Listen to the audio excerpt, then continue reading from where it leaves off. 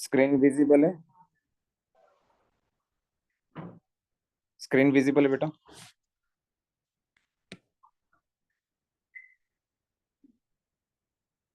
Is screen visible to everyone?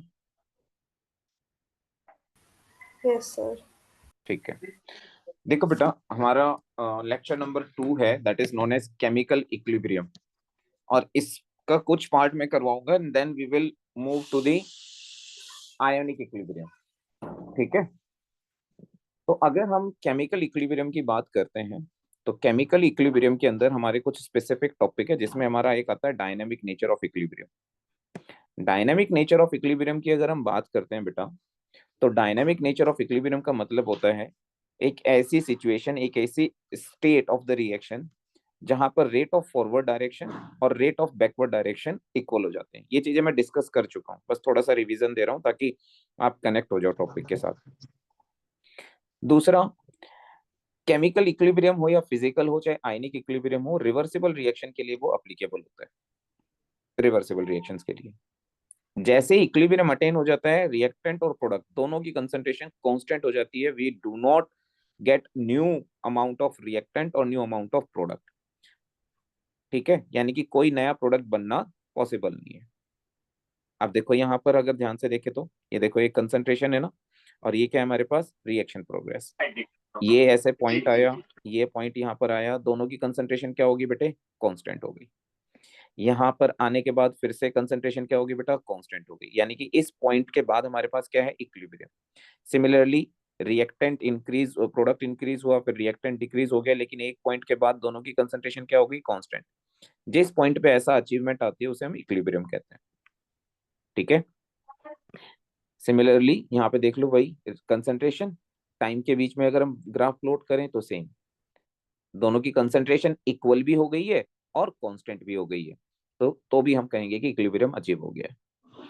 तो equilibrium कहता क्या है, बेसिकली इक्विलिब्रियम कहता है कि जब भी आपकी रेट ऑफ फॉरवर्ड डायरेक्शन और rate of backward direction equal हो जाते हैं, तो हम कहते हैं कि भाई उस टाइम पे इक्विलिब्रियम अचीव हो गया।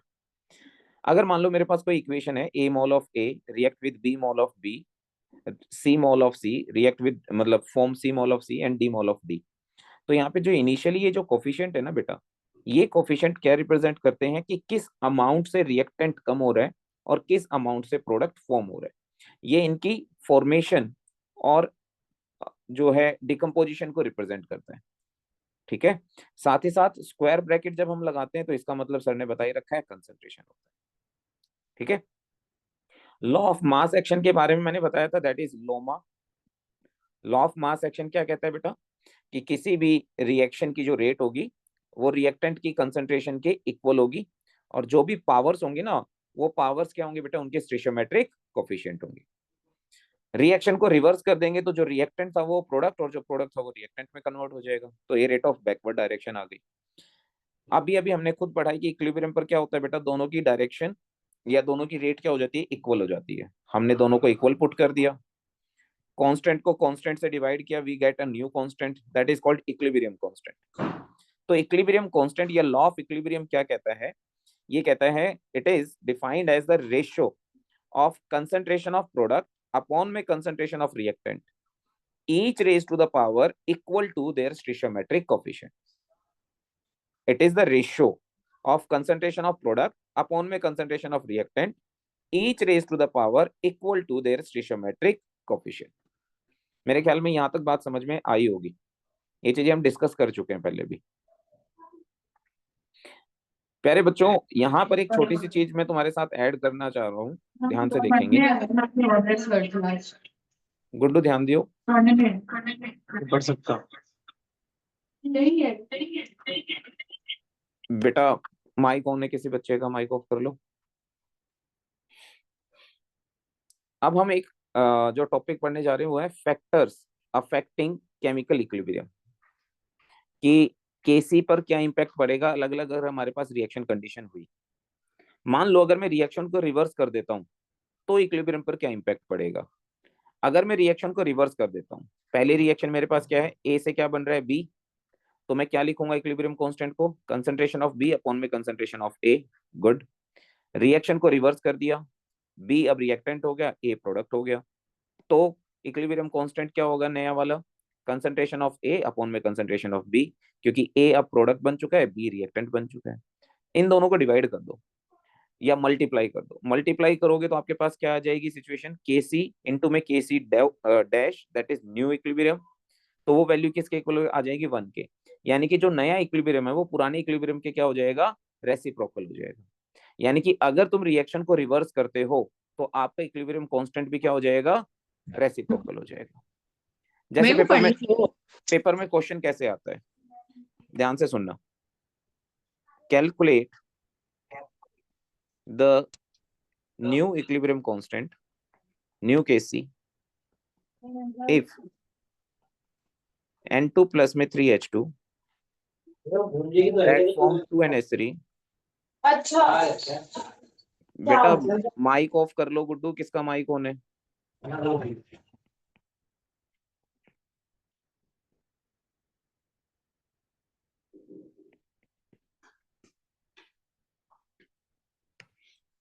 ये हमें क्वेश्चन दे रखा है और क्वेश्चन में क्या कह रहे हैं कि कैलकुलेट द न्यू केसी, अगर इस रिएक्शन को रिवर्स कर दें और इनिशियली इसका इक्विलिब्रियम कांस्टेंट हमें दे रखा है, तो अगर रिएक्शन रिवर्स हो रही है तो हमें पता है कि जो नया इक्विलिब्रियम कांस्टेंट होगा वो पुरानी इक्विलिब्रियम कांस्टेंट का क्या होगा बेटा, रेसिप्रोकल। तो हम यहाँ पर क्या करेंगे, 1 अपॉन में क्या कर देंगे बेटा, 2.5 इंटू में 10⁻⁻4 कर देंगे। 10⁻⁻4 ऊपर जाएगा कितना हो जाएगा बेटा, 10,000। नीचे डिवाइडेड बाय क्या है, 0.5। पॉइंट से पॉइंट और एक और हटा दो तो आंसर कितना आ जाएगा, 4,000। तो 4 इंटू में 10⁻3, ये आपका क्या आ गया बेटा, न्यू इक्विलिब्रियम कांस्टेंट आ गया। इजी क्वेश्चन है, मुश्किल तो नहीं लगा, सिंपल सा कॉन्सेप्ट है, ठीक है। अब अगर हम अगली चीज की बात करें, अगली चीज क्या है कि अगर मान लो मैं किसी भी केमिकल इक्वेशन को किसी एक पर्टिकुलर नंबर से मल्टीप्लाई कर दूं दोनों साइड, तो जो इक्विलिब्रियम कांस्टेंट होगा ना नया वाला, वो उतने ही पावर टाइम इंक्रीज हो जाएगा। उतनी पावर टाइम, मान लो अगर तुमने 2 से मल्टीप्लाई किया ना, तो जो इक्विलिब्रियम कांस्टेंट है नया वो स्क्वायर टाइम इंक्रीज हो जाएगा।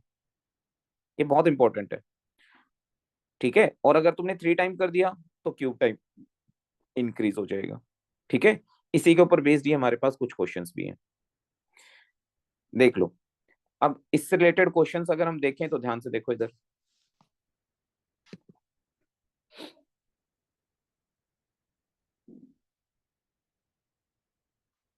पहला क्वेश्चन तो सिंपल है, वैल्यू पुटिंग क्वेश्चन है। कह रहे हैं the following concentration were obtain for the formation of ammonia from nitrogen and hydrogen at the equilibrium at 500 kelvin.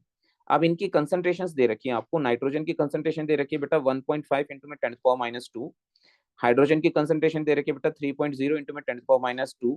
और अमोनिया की भी कंसंट्रेशन दे रखी है बेटा 1.2 इंटू में 10⁻²। इसने कहा इक्विलिब्रियम कांस्टेंट निकालो हमें। अब हमें इक्वेशन दे रखी है ना बेटे, इस इक्वेशन से हम इक्विलिब्रियम कांस्टेंट बना सकते हैं। कैसे बनाएंगे सर इक्विलिब्रियम कांस्टेंट, देखो जरा। आपके पास इक्वेशन दे रखी है, क्या दे रखी है बेटा, nitrogen gas combine with 3 mole of hydrogen gas and that form 2NH3, ठीक है सर। तो अगर हम इस इक्वेशन में इक्विलिब्रियम कांस्टेंट लिखना चाहें तो वो क्या लिखेंगे बेटा, कंसंट्रेशन ऑफ प्रोडक्ट, प्रोडक्ट में अमोनिया है। कंसंट्रेशन ऑफ रिएक्टेंट, रिएक्टेंट में क्या है, नाइट्रोजन और हाइड्रोजन है। इनकी पावर लिखने मत भूलना। इसकी पावर कितनी दे रखी है, इसकी वैल्यू कितनी दे रखी है बेटा, स्टोइचियोमेट्रिक कोएफिशिएंट की 2। अगर 2 है तो पावर भी कितनी जाएगी बेटा, 2 जाएगी। यहाँ पर स्टोइचियोमेट्रिक कोएफिशिएंट कितना है बेटा, 1, तो पावर भी कितनी जाएगी, 1। यहाँ पर स्टोइचियोमेट्रिक कोएफिशिएंट कितना है बेटा, 3, तो यहाँ पर पावर भी कितनी जाएगी बेटा, 3। ये हमारा जो फॉर्मूला है, जो ये फॉर्मूला बन गया, ये हमारा बन गया इक्विलिब्रियम कांस्टेंट का। और यही तो कैलकुलेट करने के लिए बोला है इसमें, इक्विलिब्रियम कांस्टेंट कैलकुलेट करके बताओ। सबकी कंसंट्रेशन दे रखी है, we will put the concentration. अब अमोनिया की नाइट्रोजन की कंसंट्रेशन और अमोनिया की कितनी है, 1.2 इंटू में 10⁻²। तो हम यहाँ पर क्या लिखेंगे गुड्डू, हम लिख देंगे 1.2 इंटू में 10⁻², और इसकी पावर कितनी कर देंगे, 2, डिवाइडेड बाय नाइट्रोजन की कंसंट्रेशन कितनी दे रखी है, 1.5 इंटू में 10⁻²। तो हम यहाँ पर लिख देंगे 1.5 इंटू में 10⁻², पावर कितनी रखेंगे बेटा 1, और 3 इंटू में 10⁻² कर देंगे, पावर कितनी रखेंगे बेटा 3। अगर हम अब इस फैक्टर को सॉल्व करेंगे तो हमारे पास क्या कैलकुलेट होकर आ जाएगा बेटा, इक्विलिब्रियम कांस्टेंट। और इसी क्वेश्चन के साथ वो एक नंबर का क्वेश्चन और ऐड कर सकता है कि if the reaction get reversed what would be the new equilibrium constant. तो आपने क्या करना है, पुराने इक्विलिब्रियम कांस्टेंट का रेसिप्रोकल निकाल देना है। ठीक है, बात समझ में आ रही है कि नहीं आ रही है? Yes sir. है ना, सिंपल सा कॉन्सेप्ट है, ज्यादा मुश्किल है नहीं। अब देखो ये क्वेश्चन देखो एक बारी, फिफ्थ क्वेश्चन देखो जरा, अटेम्प्ट करके देखो fifth question. For the following equilibrium Kc की वैल्यू दे रखी है 6.3 इंटू में 10⁻14 एट 1000 केल्विन टेम्परेचर। इक्वेशन है NO प्लस में O3 that form NO2 plus में O2। Both the forward and reverse reactions in the equilibrium are elementary biomolecular reaction. Elementary biomolecular reaction मतलब दोनों में दो मोलिक्यूल यूज हो रहे हैं। What is the Kc for the reverse reaction. जरा इसको सॉल्व करो सारे बच्चे और मुझे बताओ क्या आंसर। आंसर तो तुमने देख लिया होगा कर, बट कॉपी में सॉल्व करो और मुझे व्हाट्सअप करो फटाफट से सॉल्व करके। जो सबसे पहले व्हाट्सअप करेगा सॉल्व करके उसकी कैडबरी चॉकलेट पक्की। जल्दी से मुझे सॉल्व करके बताओ इसका क्या आंसर आएगा। आंसर तो खैर तुम्हें दिख ही रहा है, बट इसकी प्रोसेस बताओ क्या रहेगी। भाई आने भी लगे जवाब, जल्दी जल्दी करो, जल्दी जल्दी भेजो फटाफट से। हिदा क्लास में है?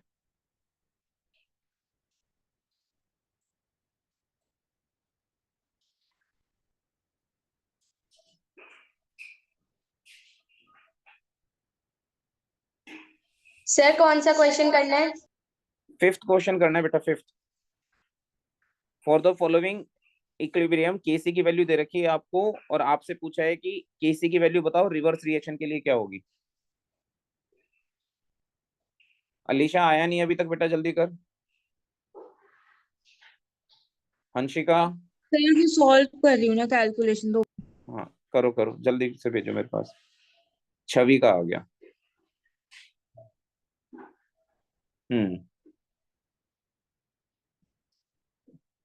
गुड बेटा। ठीक है, तो इट्स वेरी इजी, मतलब कॉन्सेप्ट समझ में आ गया होगा तुम्हें। एक बारी फटाफट से क्वेश्चन नंबर 4 और अटेम्प्ट करना है आपने। सर हाँ बेटे। सर ये इक्विलिब्रियम कांस्टेंट हम निकाल रहे हैं, भव्या इसका का सर भी आ गया। मतलब हाँ क्या होता है? गुड, बहुत बढ़िया सवाल पूछा, इसका मतलब क्या होता है।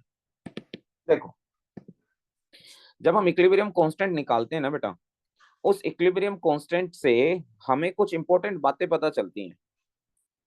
क्या क्या?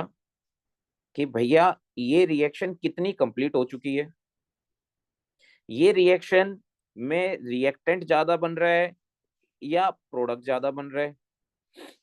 हमें पता चलता है कि रिएक्शन ने इक्विलिब्रियम अचीव किया भी है या नहीं किया है बाय यूजिंग QC। ठीक है, दूसरा हमें पता चलता है बेटा कि रिएक्शन को फॉरवर्ड डायरेक्शन में लेके जाना हो या बैकवर्ड डायरेक्शन में लेके जाना हो तो हमें क्या कंडीशंस चेंज करनी पड़ेंगी। तो ये सारी की सारी इंफॉर्मेशन हमें इक्विलिब्रियम कांस्टेंट से मिलती है। ठीक है, अभी जब मैं एप्लीकेशन बताऊंगा तुम्हें तब तुम्हें और क्लियर हो जाएगा कि क्या इसका मेन कॉन्सेप्ट है या क्या इसकी एप्लीकेशन है। ठीक है। Okay sir. हाँ कुछ बच्चों का आ गया। अच्छा इसको लिंक भी तो भेजना है केतन को।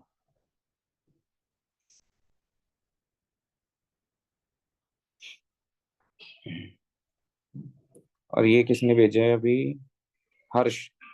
हर्ष ने भी कर दिया, गुड बेटा हर्ष। चलो आगे बढ़ते हैं। एक चीज मैंने तुम्हें और बताई थी कि बेटा अगर तुम इक्विलिब्रियम कांस्टेंट लिखने के लिए चल रहे हो या उसका इक्विलिब्रियम एक्सप्रेशन लिख रहे हो तो मैंने कहा था कि सॉलिड और लिक्विड इनको आपने इक्विलिब्रियम एक्सप्रेशन में नहीं लिखना है। ठीक है, तो मुझे दो का इक्विलिब्रियम एक्सप्रेशन लिखकर दिखाओ, एक तो सेकंड का और एक फोर्थ का। इन दोनों का इक्विलिब्रियम एक्सप्रेशन लिखकर दिखाओ, जिसमें आपको लिखना है कंसंट्रेशन ऑफ प्रोडक्ट अपॉन में concentration of reactant each raise to the power equal to their stoichiometric coefficient. फटाफट से लिखकर दिखाओ।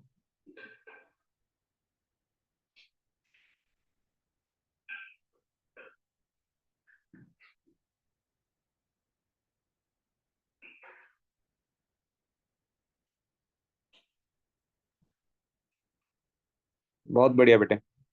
भव्या,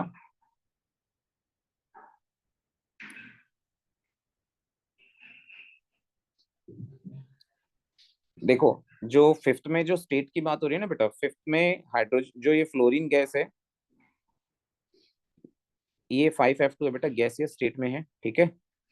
और ये हमारा सॉलिड स्टेट में है।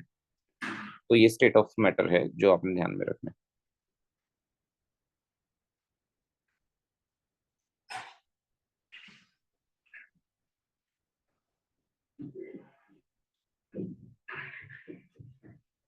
सर हाँ सर एक्वस वाले का लेते हैं ना? हाँ, एक्वस वाले का लेना है बेटा।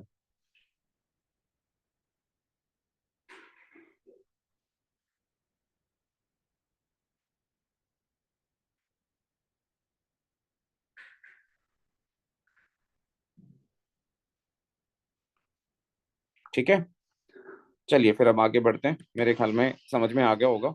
अगर मैं इसका इक्विलिब्रियम एक्सप्रेशन लिखकर भी दिखाऊं तो आपने ये वाला तो कंसिडर करना ही नहीं है। तो आप इसका इक्विलिब्रियम का एक्सप्रेशन क्या लिखोगे? कंसंट्रेशन ऑफ प्रोडक्ट, प्रोडक्ट में क्या है आपके पास?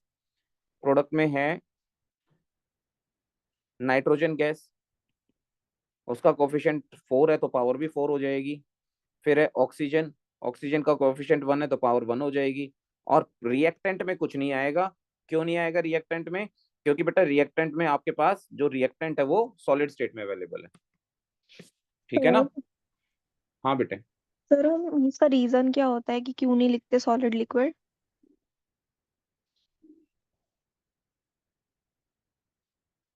बेटा सर सॉलिड और लिक्विड की कंसंट्रेशन में चेंजेस नहीं आते हैं, ठीक है ना? तो इसलिए हम उनकी उनकी कंसंट्रेशन कांस्टेंट ही रहती है, तो वो इक्विलिब्रियम पर इम्पैक्ट डालेगा नहीं।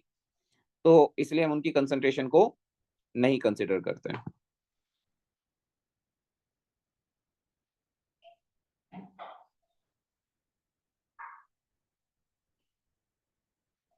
ठीक है, ओके सर। ठीक है। चलो फिर आगे के कॉन्सेप्ट पे आते हैं। अब हमारे पास केमिकल इक्विलिब्रियम जो होता है बेटा वो दो तरीके का होता है। केमिकल इक्विलिब्रियम हमारे पास दो तरीके का होता है। मतलब अगर परिवार में सारे लोग एक जैसे हों, ठीक है ना, सारे के सारे गैसियस रिएक्टेंट हो, मतलब गैसियस रिएक्टेंट और गैसियस ही प्रोडक्ट हो, सारा का सारा मीडियम हमारे पास एक्वस हो, ठीक है, यानी कि अगर स्टेट ऑफ मैटर सेम है तो वो होमोजेनस इक्विलिब्रियम, और अगर स्टेट ऑफ मैटर चेंज हो गई तो वो हमारा हो जाएगा हेट्रोजेनस इक्विलिब्रियम। बहुत सिंपल सी डेफिनेशन है। होमोजेनस इक्विलिब्रियम मतलब when reactant and product both are present in the same state of matter, और जब अलग अलग स्टेट में प्रेजेंट है तो वो हमारा कौन सा हो जाएगा बेटा? Heterogeneous equilibrium. समझ में आई बात? यही चीज मैंने तुम्हें यहाँ पर बता भी दी गुड्डू, कि हम जब इक्विलिब्रियम एक्सप्रेशन लिखते हैं या इक्विलिब्रियम एक्सप्रेशन लिखते हैं या इक्वेशन लिखते हैं, तो हम सॉलिड और लिक्विड के जो प्योर सब्सटेंस होते हैं बेटा उनकी कंसंट्रेशन 1 कंसीडर करते हैं, क्योंकि इनकी कंसंट्रेशन में कोई चेंजेस नहीं आते, इनकी कंसंट्रेशन कांस्टेंट रहती है। ठीक है गुड्डू? तो इसके लिए तो हमें एक्सप्रेशन समझ में आ गया कि हमें जब कंसंट्रेशन दे रखी हो तो हम स्क्वायर ब्रैकेट लगा देंगे। लेकिन सर कुछ एक्सप्रेशन हमारे पास होते हैं, कुछ रिएक्शंस ऐसी होती हैं जिसमें हमारे पास गैसियस रिएक्टेंट होता है और गैसियस ही प्रोडक्ट होता है। उस केस में हम क्या करेंगे? उस केस में हम क्या करेंगे बेटा? उस केस में हम एक रिलेशन फाइंड आउट करेंगे, और उसी रिलेशन को हम कहते हैं बेटा relation between KP and KC. Relation between KP and KC, KP और केसी के बीच में रिलेशनशिप। प्यारे बच्चों, अगर हम इसकी बात करें केपी और केसी के बीच में रिलेशनशिप, इसका मतलब क्या है? पहले तो ये मतलब समझो। केपी का मतलब क्या है? केपी का सिंपल सा मतलब है equilibrium constant when reactant and product are in gaseous state. P का मतलब यहाँ पर है पार्शियल प्रेशर, P का मतलब यहाँ पे क्या है बेटा, पार्शियल प्रेशर। Kc, C का मतलब यहाँ पे क्या है बेटा, कंसंट्रेशन। यानी कि जब कंसंट्रेशन दे रखी हो तो Kc निकलेगा, और जब आपको पार्शियल प्रेशर दे रखा हो तो आपको क्या निकालना है बेटा, Kp। दोनों का मीनिंग एक ही है, मतलब कैलकुलेट एक ही तरीके से किया जाएगा। अब मान लो आपके पास एक इक्वेशन है जिसमें A मोल ऑफ A जो कि गैसियस स्टेट है react with B mole of B जो कि गैसियस स्टेट में ही है, and form C mole of C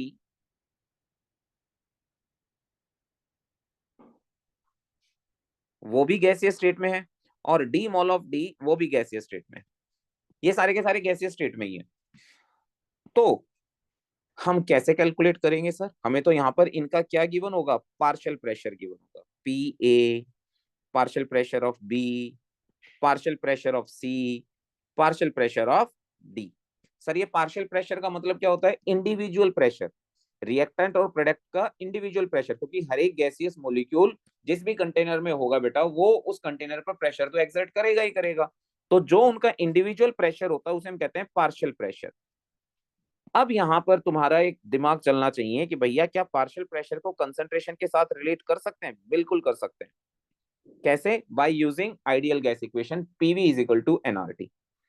अब बेटा दुर्भाग्य की बात यह है कि अब ये वाला जो हिस्सा है आपका स्टेट ऑफ मैटर, जो एक चैप्टर था आपका, वो हट गया है क्लास 11 से, जबकि वो चाहिए, होना चाहिए था, तभी वो सीक्वेंस बनती है। स्टेट ऑफ मैटर में आप गैसेस के बारे में पूरी स्टडी करके फिर आसानी से थर्मोडायनेमिक्स और इक्विलिब्रियम अचीव कर लेते हो।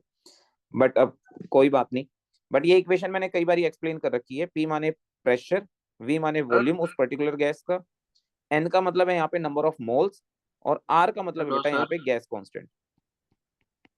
हाँ बेटा बोलो। सर यहाँ पे केपी क्या है? Kp का मतलब है बेटा equilibrium constant for those reactions in which reactants and products are present in gaseous state। तो हम इक्विलिब्रियम कांस्टेंट वहां पर कैसे निकालते हैं, by using partial pressure, by using partial pressure.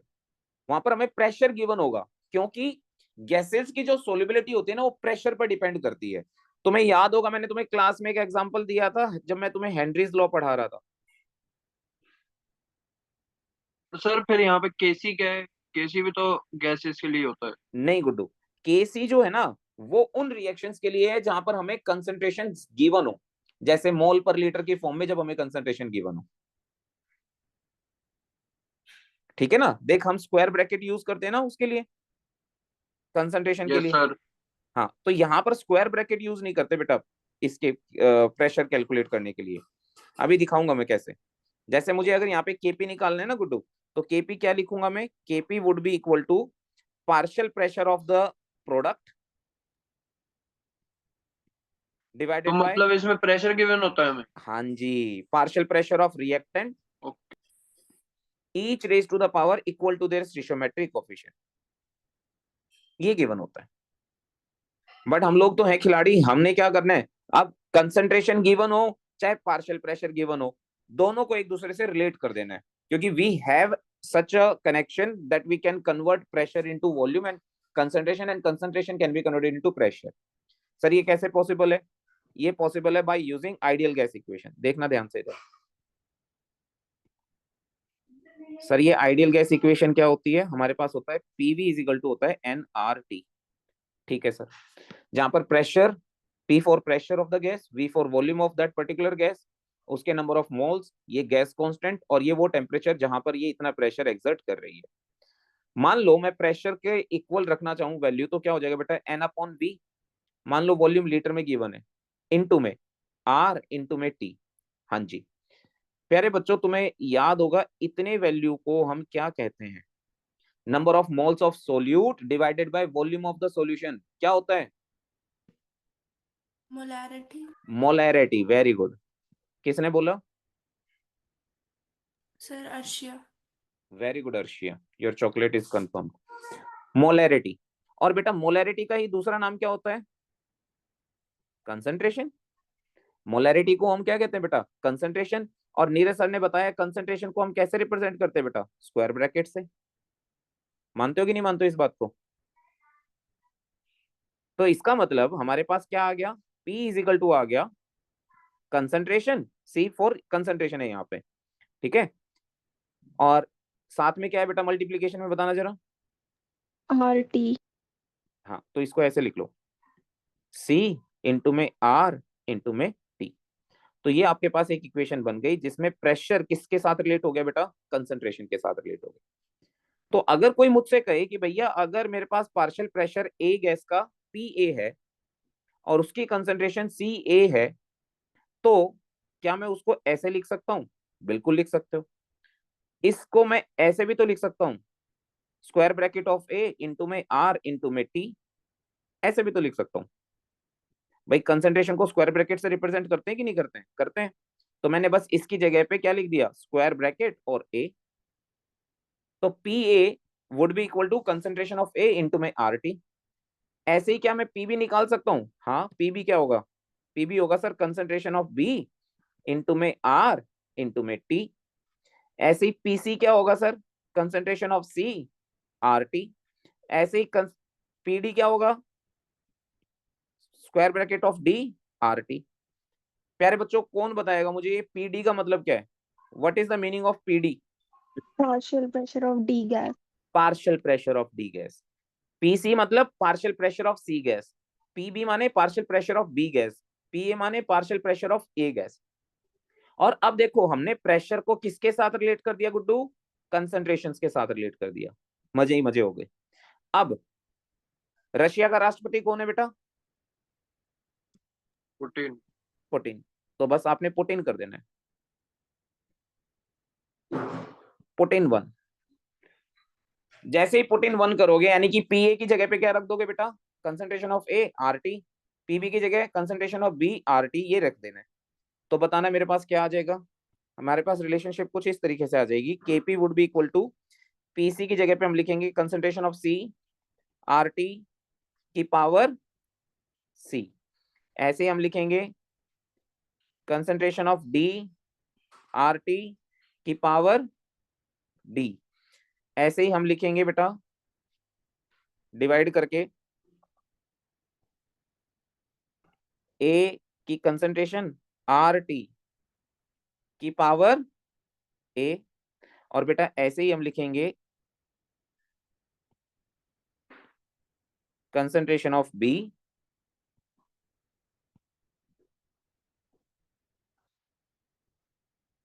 की पावर आर, ये आर टी और पावर क्या हो जाएगा बेटा बी। अब तो बेटा थोड़ी सी रिलेशनशिप हमें खुद भी निकालनी आनी चाहिए ना, थोड़ा सा हमें इसको रीअरेंज ही तो करना है गुड्डू। केपी वुड बी क्या हो जाएगा बेटा, बताना जरा। Concentration of C, concentration of D, concentration of A, concentration of B. Power सबको ही पता है इसकी पावर क्या है सी, इसकी पावर क्या है डी, इसकी पावर क्या है बेटा ए, इसकी पावर क्या है बेटा बी।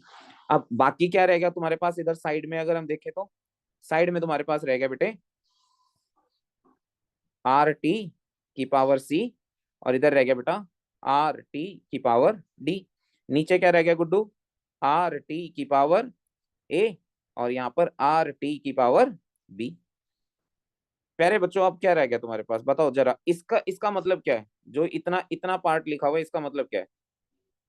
KC। ये है केसी। जब कंसंट्रेशन गिवन होती है तो हम क्या लिखते हैं, केसी लिखते हैं ना, तो इस पूरे को हटाकर हमने क्या लिख दिया, केसी लिख दिया। ओहो मजे आ गए।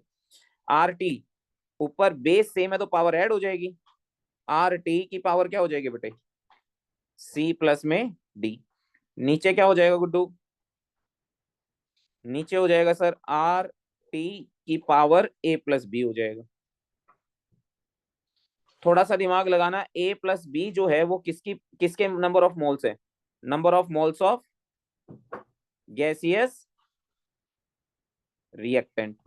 और सी प्लस डी किसके मोल है बेटा, number of moles of gaseous product. मानते हो कि नहीं मानते हो? देखो थोड़ा थर्मोडायनेमिक्स से तुम्हें याद आएगा।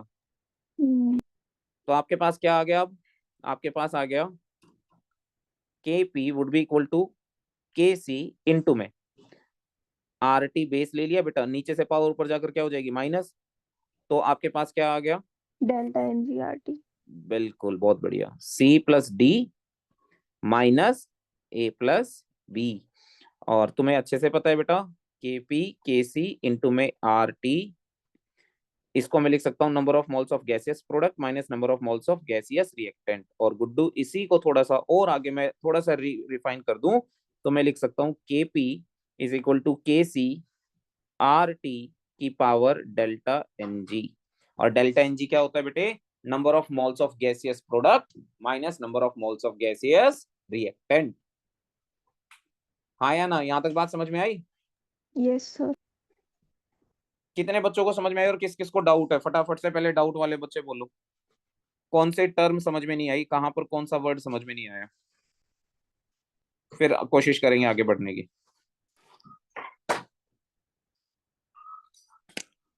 बताओ भाई। आ गया सर। आ गया दिमाग, समझ में आ गया? यस ठीक है, सर। गुड। तो भैया ये थी हमारे पास केपी और केसी की रिलेशन। अब बता देता हूं मैं तुम्हें कमाल की बात, पेपर में ये 3 नंबर का आता है, 3 मार्क्स का क्वेश्चन आता है, केपी और केसी के बीच में रिलेशनशिप फाइंड आउट करो जी। कितना कॉमन सा क्वेश्चन है। दूसरा, इसके ऊपर बेस्ड कुछ कंडीशंस बनती हैं, कुछ कंडीशंस जिस पे बनते हैं एमसीक्यू क्वेश्चन। जैसे डेल्टा एनजी, अगर मान लो डेल्टा एनजी की वैल्यू 0 हो गई, भाई स्क्रीन दिख रही है ना तुम्हें?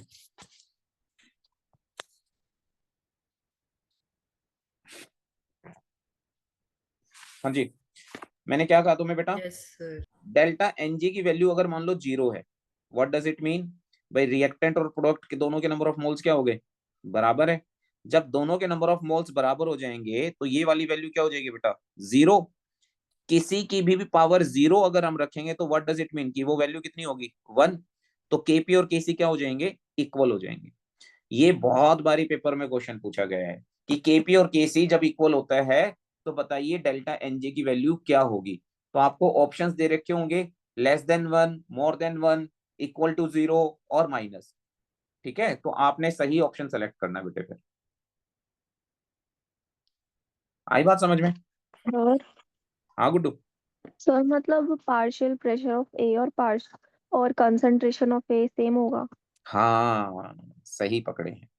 उस पॉइंट ऑफ टाइम पे दोनों का जो पार्शियल प्रेशर और जो कंसंट्रेशन है वो क्या हो जाएगी? इक्वल हो जाएगी। केपी और केसी में कोई चेंज नहीं आएगा। फॉर एग्जाम्पल, अब अगली कंडीशन क्या है? मान लो प्रोडक्ट के मोल ज्यादा बन गए और रिएक्टेंट के मोल कम है। प्रोडक्ट के मोल ज्यादा है, रिएक्टेंट के मोल कम है, तो उस टाइम पर केपी की वैल्यू ज्यादा हो जाएगी और केसी की वैल्यू कम हो जाएगी। ये बहुत ज्यादा जरूरी है। नेगेटिव होगा तो केपी कम हो जाएगा, केसी ज्यादा हो जाएगा। और ये बनता है तुम्हारा नीट का क्वेश्चन यहां से। ये आया है नीट में क्वेश्चन कि भाई मान लो अगर टेम्परेचर तुम्हारा 12 केल्विन है, मतलब जो रिएक्शन तुम करवा रहे हो वो 12 केल्विन पे करवा रहे हो। सर 12 केल्विन क्यों ले रहे हो? क्या इसके पीछे लॉजिक क्या है? लॉजिक समझाता हूँ। देखो बेटे, आपके पास इक्वेशन क्या बनी है, देखना ध्यान से। आपके पास इक्वेशन बनी है के पी इज इक्वल टू के सी आर टी की पावर क्या होगी गुड्डू? Delta N G. हाँ जी सर, ठीक है। आर की वैल्यू जो होती है ना बेटा वो होती है 1/12। देखो ध्यान से, या तो 1/12 ले लो या 0.083 ले लो। ठीक है सर। और अगर मान लो मैंने टेम्परेचर भी ले लिया 12 केल्विन, ठीक है, इन दोनों वैल्यूज को यहाँ पे पुट कर दो एक बारी। पुट करोगे तो तुम्हारे पास क्या आ जाएगा? केपी केसी, आर की वैल्यू तुमने लिखी 1/12, टेम्परेचर की वैल्यू लिखी 12 और पावर डेल्टा एन जी। हाँ जी भाई, ये कट जाएगा, कट जाएगा। अब क्या आ गया तुम्हारे पास? केपी इजिकल टू आ गया केसी, 1 की पावर आ गई डेल्टा एन जी। अरे भैया 1 की चाहे कितनी भी पावर क्यों ना हो, भाई 1 की चाहे 5000 पावर हो तब भी वैल्यू 1 ही रहनी है ना। तो इसका मतलब केपी किसके इक्वल हो गया? केसी के इक्वल हो गया, उसमें चाहे डेल्टा एनजी की वैल्यू चाहे कुछ भी हो। ठीक है, मेरी बात समझ में आई या नहीं आई? तो पेपर में क्वेश्चन बनता है ये कि भैया बताइए कौन सी कंडीशन में केपी और केसी की वैल्यू इक्वल होगी और वो डेल्टा एनजी पर डिपेंड नहीं करेगी। तो वो आपसे टेम्परेचर पूछेंगे तो आप टेम्परेचर मेंशन कर दोगे जी 12 केल्विन। ठीक है। अब वो एक ट्रिक और खेल जाएंगे, केल्विन की जगह पे वो तुम्हें दे देंगे किसमें आंसर? डिग्री सेल्सियस में। तो आपने क्या करना है बेटा? केल्विन को किस में चेंज कर लेना है? डिग्री सेल्सियस में चेंज कर लेना है। ठीक है, तो 2-3 तरीके के क्वेश्चन बन सकते हैं जो तुम्हें ध्यान में रखने हैं। डन? Yes sir. चलो गुड।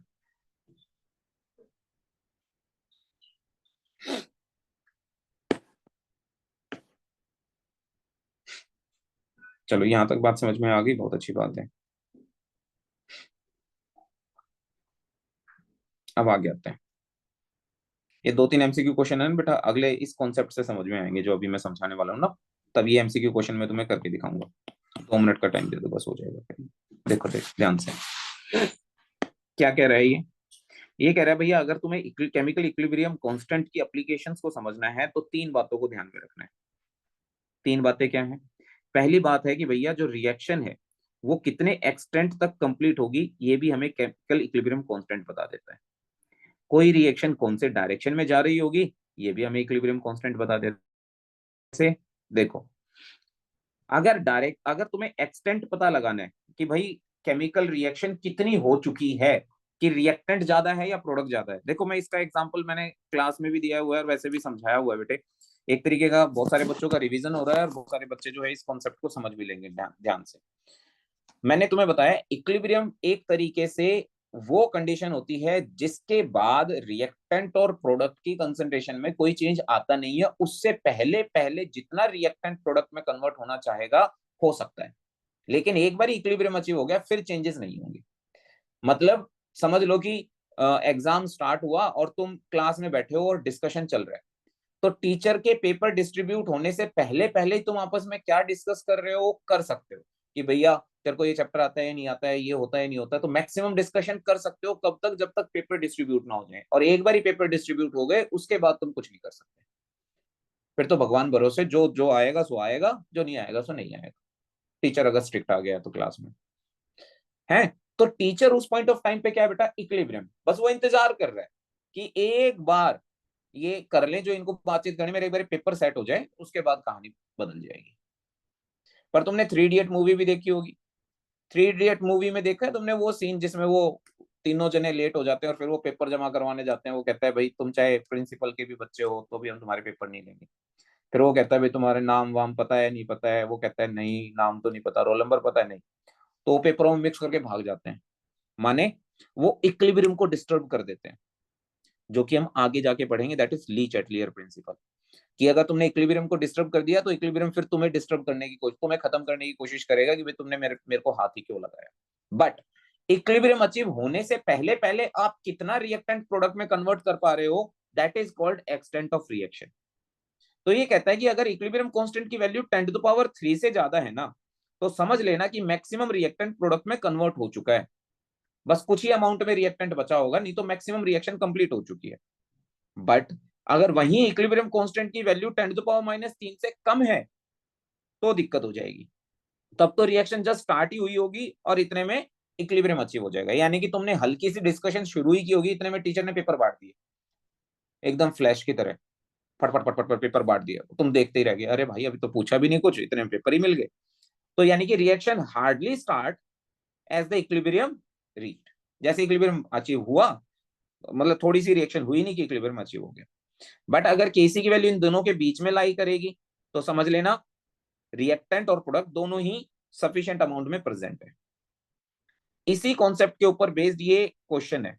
ये देखना जरा, मुझे बताओ अब इस x की वैल्यू क्या होगी। तुम्हें ये 10x दिख रहा होगा, ये 10x नहीं है, बेसिकली ये क्या है, k is greater than 10⁻x है। स्टेटमेंट को पढ़ो ध्यान से, the product predominates over the reactant, यानी कि प्रोडक्ट बहुत ज्यादा है रिएक्टेंट कम है। तो इस x की वैल्यू क्या होगी, ऑप्शन बताओ, ए बी सी या डी। अनीता, बबीता, क्यूटी या डोली।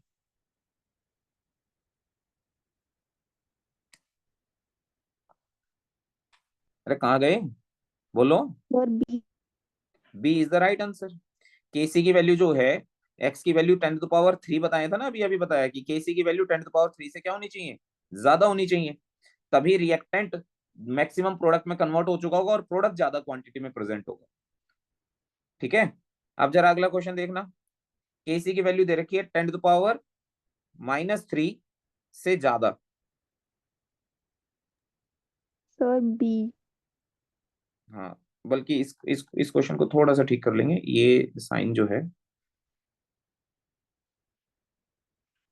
ये इस तरीके से जाएगा। ठीक है। हाँ, तो इसका आंसर क्या होगा बेटे? जो नोट्स भी दे रखे बेटे एक बार इसमें भी करेक्ट कर लेना। 10⁻³ तो reactants are predominant, reactants would be predominant. Done.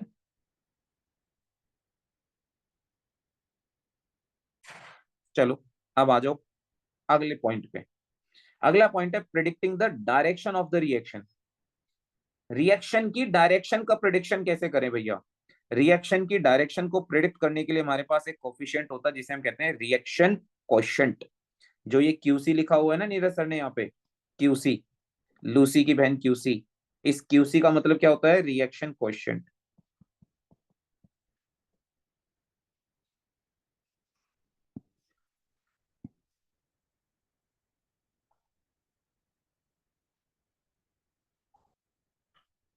ठीक है, तो रिएक्शन कोएफिशिएंट, अरे भाई कोएफिशिएंट की स्पेलिंग बताना कोई। QUOTIENT, QUOTIENT, ठीक है, रिएक्शन कोएफिशिएंट। तो रिएक्शन कोएफिशिएंट है भैया जी। तो रिएक्शन कोएफिशिएंट के बिहाफ पर अब हम डिसाइड कर पाएंगे कि रिएक्शन जो है वो कौन से डायरेक्शन में जाएगी। कैसे? इस केस में तुम्हारे लिए एक एक एडवांटेज ये होगी कि तुम्हें क्या गिवन होगा? इक्विलिब्रियम कांस्टेंट गिवन होगा। इक्विलिब्रियम कांस्टेंट तुम्हें गिवन होगा। तो अब इस इक्विलिब्रियम कांस्टेंट को हम क्यूसी से रिलेट करेंगे। मान लो क्यूसी की वैल्यू केसी से कम है, तो क्यूसी अभी केसी बनना चाहेगा, क्यूसी केसी बनना चाहेगा, और बनने के लिए इसे फॉरवर्ड डायरेक्शन में जाना पड़ेगा। तुमने क्यूसी की वैल्यू कैलकुलेट की और वो केसी के बिल्कुल इक्वल आ गई, तो इसका मतलब वो वहीं पर रुक जाएगा, यानी कि इक्विलिब्रियम अचीव हो चुका है। Both direction occurs means equilibrium has been achieved. अब गलती से क्यूसी की वैल्यू ज्यादा आ गई केसी से, तो वो कहेगा ओहो भैया ये तो पाप हो गया, हे हरि राम, वापस जाना पड़ेगा। तो रिएक्शन बैकवर्ड डायरेक्शन में चली जाएगी। ये एक तरीके से बिल्कुल आपके स्टेशन जैसा है। मान लो तुम कहीं घूमने के लिए गए हो और रेल से यात्रा कर रहे हो, ठीक है, और तुम्हें बेटा आगरा उतरना था। जब तक आगरा से पहले हो, ठीक है ना, तो आगरा की तरफ जाओगे, और मान लो गलती से तुम इंस्टाग्राम चलाते रह गए और आगरा से आगे चले गए, तो इसका मतलब ये थोड़ी कि भाई और अब तो हम आगरा से आगे आ गए, अब क्या करेंगे, पीछे जाके चलते ही हैं आगे ना। तुम तुरंत रिवर्स गियर लगाओगे और वापस आगरा आओगे। तो आगरा तुम्हारे लिए यहाँ पे क्या है बेटा? इक्विलिब्रियम है। और जो तुम जा रहे हो वो क्यूसी है। तो क्यूसी अगर आगरा से पहले यानी कि उससे कम है वैल्यू, तो वो इक्विलिब्रियम तक पहुंचेगी, रिएक्शन को फॉरवर्ड डायरेक्शन में लेके जाएगी। और अगर क्यूसी की वैल्यू केसी से ज्यादा निकल गई तो रिएक्शन बैकवर्ड डायरेक्शन में चली जाएगी। ठीक है, सर अब देखो ये क्वेश्चन तुम्हारे सामने है और बिल्कुल सिंपल सा क्वेश्चन है। क्या कह रहा है क्वेश्चन? सर हाँ बेटे, सर ये क्यूसी और केसी का फॉर्मूला दोनों का सेम है, तो सर फॉर्मूला बराबर। सेम है। हाँ, डिफरेंस क्या है? डिफरेंस की बात आ गई, डिफरेंस बताओ सर क्या है? आप तो सर ऐसे तो ही फिर सोच के, बराबर आने के चांस ज्यादा होंगे ना। नहीं बेटा, हो सकता है कि हमने शुरू में ही क्यूसी निकाल लिया, इक्विलिब्रियम अचीव नहीं हुआ था और हमने पहले ही रेशियो निकाल ली। हो सकता है हमने रेशियो निकाली इक्विलिब्रियम के अचीव होने के बाद, है ना। हो सकता है कि हमने इक्विलिब्रियम पर ही रेशियो निकाली। तो ये रेशियो किसी भी पॉइंट ऑफ टाइम पर निकाली जाती है। रिएक्शन कोएफिशिएंट जो रेशियो होती है वो किसी भी टाइम पर निकाली जा सकती है, बट इक्विलिब्रियम रेशियो जो है, जो इक्विलिब्रियम, ये जो केसी हम निकालते हैं, ये केसी कब निकलेगा? हमेशा एट इक्विलिब्रियम। क्यूसी कभी भी निकाल सकते हो, केसी सिर्फ और सिर्फ सर इक्विलिब्रियम पर ही उसके लिए कैलकुलेट फिर होगा। डिफरेंट वैल्यूज चाहिए होंगी ना। हाँ बेटा, वो तो गिवन होगी ना। अब तू देख ना, यहाँ पे क्वेश्चन देख, इस क्वेश्चन में क्या दे रखा है? केसी की वैल्यू दे रखी है ऑलरेडी, 2 इंटू में 10⁻³ डन। फिर इसने कहा कि भाई कंपोजिशन दे रखा है रिएक्शन मिक्सचर का, लेकिन इसने कहीं नहीं लिखा कि ये कंपोजिशन इक्विलिब्रियम पर है या नहीं है ना। इसने सिंपल कहा कि भाई तेरे को इक्विलिब्रियम, तुम्हें इक्विलिब्रियम कंपोजिशन दे रखा है, सॉरी कंपोजिशन दे रखा है रिएक्टेंट और प्रोडक्ट का। अब फटाफट से बताओ कि रिएक्शन कौन सी डायरेक्शन में जा रही है। तो हमने क्या किया? कंपोजिशन की रेशियो निकाल ली। केसी दे रखा था, हमने क्यूसी निकाल लिया, बीसी अपॉन में ए स्क्वायर। जैसे ही वैल्यू रखी भैया, ये तो वैल्यू 1 आ गई। अब ये जो 1 वैल्यू आई है, ये 2 इंटू में 10⁻³ से तो बड़ी है। बच्चे कंफ्यूज हो जाते हैं, 2 से कंपेयर कर लेते हैं 1 को। अरे नहीं भैया, ये 10⁻³ भी तो देखो, है ना। तो ये वैल्यू तो बेसिकली ये है 0.002। तो 0.002 से तो 1 बड़ा ही है। तो अगर यानी कि QC is greater than KC, जब QC ग्रेटर देन KC होगा तो इसका मतलब रिएक्शन कौन से डायरेक्शन में जाएगी? बैकवर्ड डायरेक्शन में जाएगी। हाँ या ना?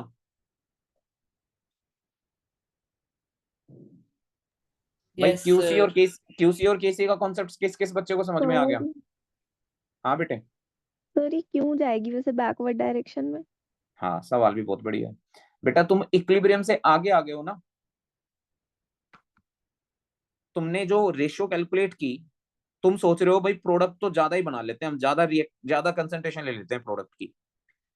बट केसी कहता है ना भैया, इतना तो प्रोडक्ट बनेगा ही नहीं, तुझे तो वापस आना पड़ेगा।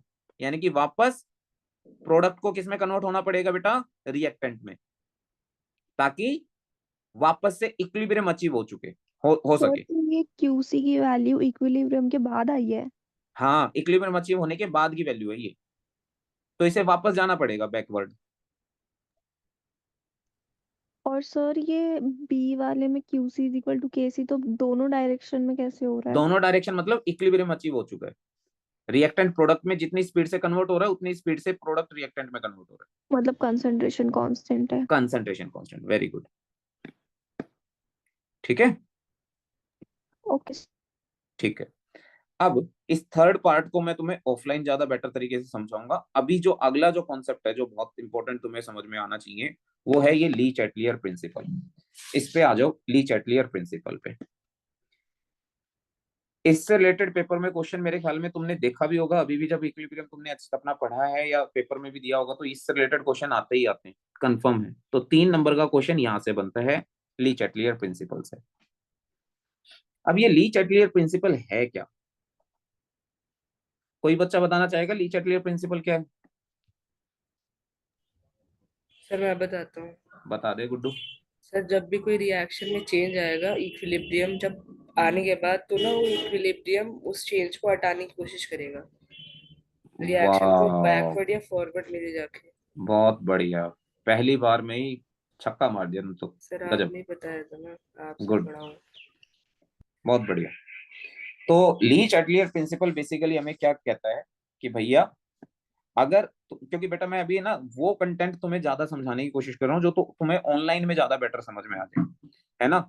ऑफलाइन में जो कंटेंट समझ में आएगा, जो सामने समझा पाऊंगा, वो अलग है बेटा। ये कंटेंट ऐसा है जो तुम आसानी से ऑनलाइन में समझ सकते हो। That's why I am teaching you this content. अरे नीरज सर, हाँ जी सर। नीरज सर, क्या गुरुजी गाड़ी आ रही है हमने सुना। काहे गुरु जी, Hopeless है। आप कहाँ से आ गए? हमने सुना आप कार आ कहाँ से आ रही है। बच्चे कह रहे हैं हमसे, हैं? बच्चे कह रहे हैं कार आ रही सर की। हैं? सर हम इंस्टीट्यूट पे ही हैं। आप हैं? अच्छा इंस्टीट्यूट पे ही हो? हाँ तो यहीं से तो क्लास ले रहे अरे हैं। कार आ गई कि नहीं ये बताओ आप। हाँ, हाँ, हाँ, आ गई आ गई। पकड़े गए सर आप। तो सर फिर अब तो कल जश्न है भैया। जी पार्टी। एक बारी पढ़ा लो फिर करता हूँ बात आपसे। सर ठीक है, ये क्या हो रहा है? सबको छोड़ना नहीं है अरे हम वीडियो पार्टी। रिकॉर्ड हो रही है गुरुजी मेरी। ठीक है, दिमान सॉरी बेटा, सर आ जाओ इधर। पार्टी। तभी तो सॉरी बोल रहे हैं, सुन ले अब ध्यान अच्छा से। नहीं दोगे? हाँ हाँ देंगे, पढ़ा दूं? चलो सुनो ध्यान से। हाँ सर। थैंक यू बेटे। ली चैटलियर प्रिंसिपल सिंपल सी बात कहता है भैया, अगर तुमने सिस्टम में कोई भी चेंज लेकर आए, और वो भी कब? जब इक्विलिब्रियम अचीव हो चुका है, तो equilibrium will shift in that direction in which it can reduce the effect of change. उस इफेक्ट ऑफ चेंज को वो हटा सके, उस डायरेक्शन में इक्विलिब्रियम शिफ्ट हो जाएगा।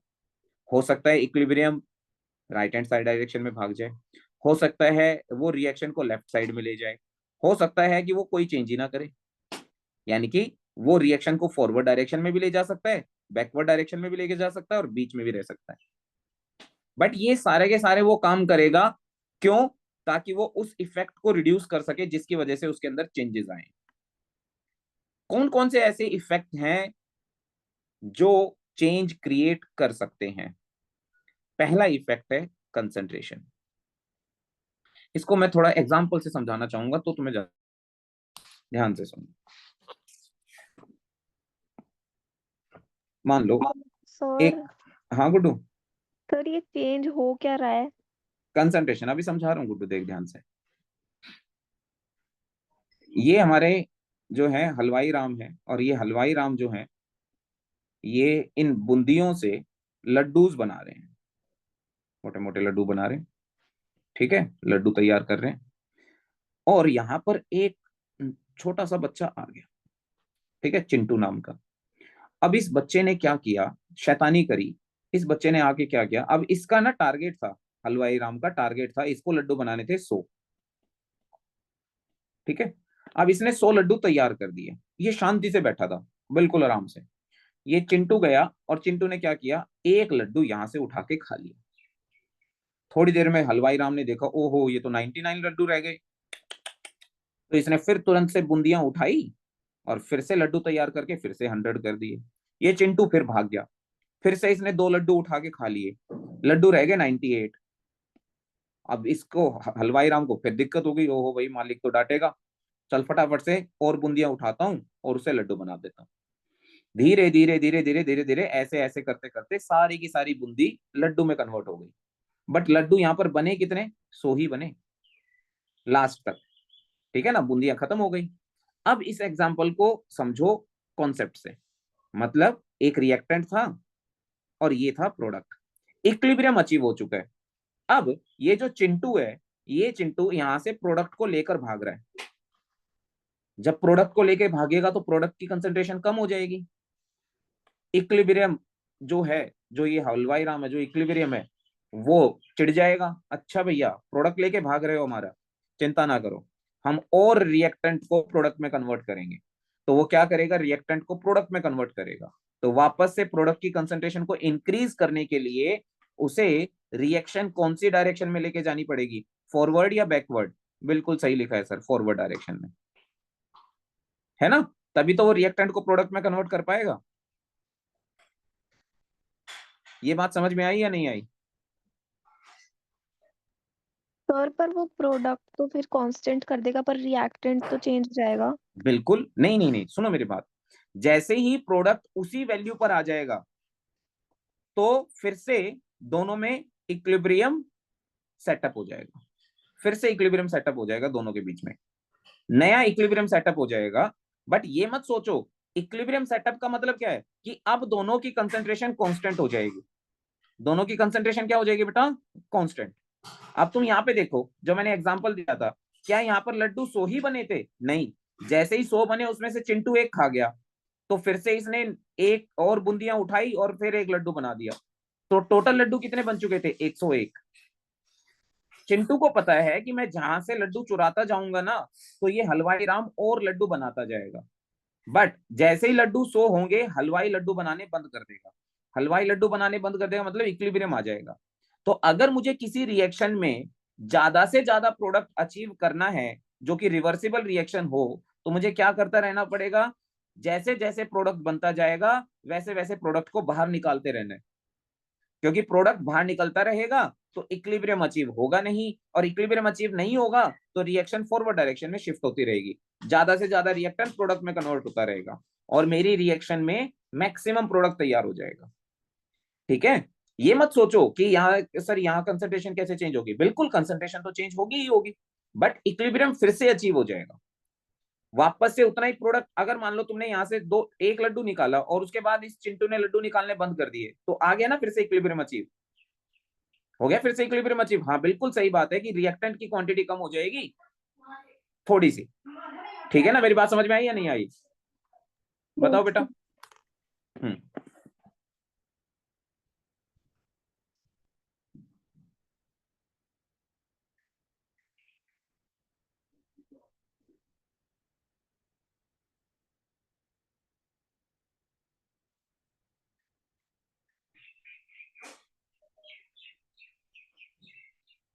हाँ बेटा, ठीक है, यहां तक बात समझ में आई या नहीं आई? Yes sir. यही कहानी अगर रिवर्स कर दे तो, यही कहानी रिवर्स कर देते हैं। चिंटू जो है घर से लड्डू ले आया और चिंटू ने क्या किया, यहाँ पर 101 लड्डू कर दिए। अब ये हलवाई राम तो बिदक जाएगा, कहेगा भैया अरे कहाँ से एक लड्डू एक्स्ट्रा आ गया, तो ये तुरंत इस लड्डू को तोड़कर वापस किस में कन्वर्ट कर देगा, बूंदी में। तो क्या होगा बताना जरा, रिएक्शन फॉरवर्ड डायरेक्शन में जाएगी या बैकवर्ड डायरेक्शन में? बैकवर्ड। बैकवर्ड डायरेक्शन में। वाह भाई वाह। यानी कि अगर तुमने रिएक्टेंट को क्या कर दिया गुड्डू, कम कर दिया, सॉरी रिएक्टेंट को ज्यादा कर दिया, तो रिएक्शन कौन से डायरेक्शन में चली जाएगी? बैकवर्ड डायरेक्शन में चली जाएगी सर। यही कहानी रिवर्स इस पे देखो, ये रिएक्टेंट, रिएक्टेंट से क्या बन रहा है बेटा? प्रोडक्ट। ठीक है, अब मैं इस रिएक्टेंट के साथ खेलता हूं, बूंदियों के साथ। चिंटू ने क्या किया, यहां से बूंदी चुरानी शुरू कर दी। अब हलवाई राम को दिक्कत हो गई, हलवाई राम कह रहे यार बूंदी कम हो गई, मैं क्या करूं, मुझे तो अब लड्डू तोड़ने ही पड़ेंगे क्योंकि बूंदी भी तो उतनी क्वांटिटी में चाहिए मुझे। तो अब ये क्या करना चाहेगा, वापस से इक्विलिब्रियम क्या करना चाहेगा, इक्विलिब्रियम चाहेगा कि रिएक्टेंट की कंसंट्रेशन बढ़ जाए। और रिएक्टेंट की कंसंट्रेशन बढ़ने का एक ही तरीका है कि रिएक्शन कौन सी डायरेक्शन में जाए बेटा? बैकवर्ड। बैकवर्ड। इसी का रिवर्स कर दूं मैं, कि मान लो मेरे पास रिएक्टेंट है, प्रोडक्ट बन रहा है, और इक्विलिब्रियम पर मैंने उसमें थोड़ा सा रिएक्टेंट और डाल दिया, इक्विलिब्रियम चिढ़ गया, इक्विलिब्रियम कह रहा अच्छा रिएक्टेंट को बढ़ाएगा, अभी रुक अभी घटा देता हूं, फॉरवर्ड डायरेक्शन में ले जाएगा और इक्विलिब्रियम को घटा देगा, ओ कंसंट्रेशन को घटा देगा। समझो ये कॉन्सेप्ट बहुत ज्यादा जरूरी है। बताओ ये बातें समझ में आ रही है सबको? अगर समझ में आ रही है तो यस बोलो, नहीं समझ में आ रही है तो भी यस बोलो, सर जल्दी पर बताओ। ये बढ़ा क्यों रहे हैं?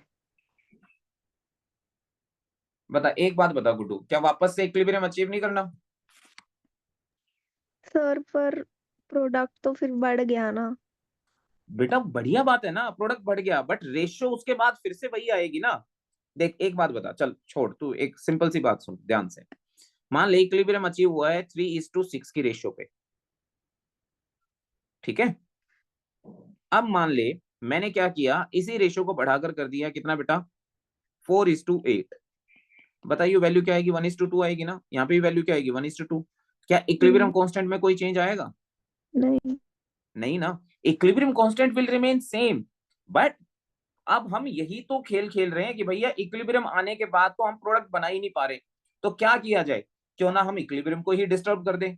अब इक्विलिब्रियम को डिस्टर्ब कैसे कर सकते हैं, यहाँ पर रिएक्टेंट और प्रोडक्ट दोनों की कंसंट्रेशन कांस्टेंट हो चुकी थी, इक्विलिब्रियम अचीव हो चुका था, मैं चुपके से गया और मैंने थोड़ा सा प्रोडक्ट बाहर निकाल दिया, प्रोडक्ट बाहर निकलते ही रेशियो चेंज हो गई, रेशियो चेंज होते ही इक्विलिब्रियम डिस्टर्ब हो गया।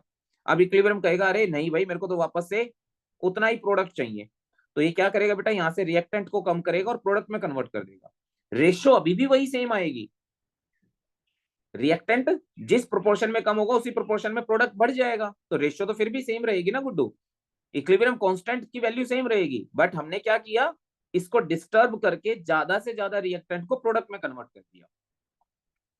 और अगर गलती से मैंने उसके अंदर प्रोडक्ट ऐड कर दिया तो इक्विलिब्रियम चाहेगा भैया ये जो प्रोडक्ट ज्यादा एक्स्ट्रा आ गया ना इसको वापस रिएक्टेंट में कन्वर्ट किया जाए ताकि फिर से इक्विलिब्रियम अचीव हो जाए, ठीक है, नहीं तो दिक्कत होगी। सही बात है सर। छवि नहीं आया समझ में? आ गया सर। नहीं जबरदस्ती यहाँ भर रही है।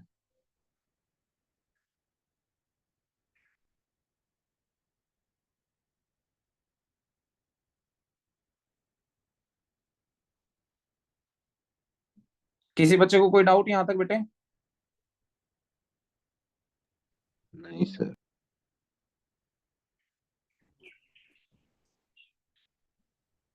चलो पता नहीं। हाँ बोलो बोलो बोलो। अरे अलीशा समझ में आया बेटा यहाँ तक? नैन्सी?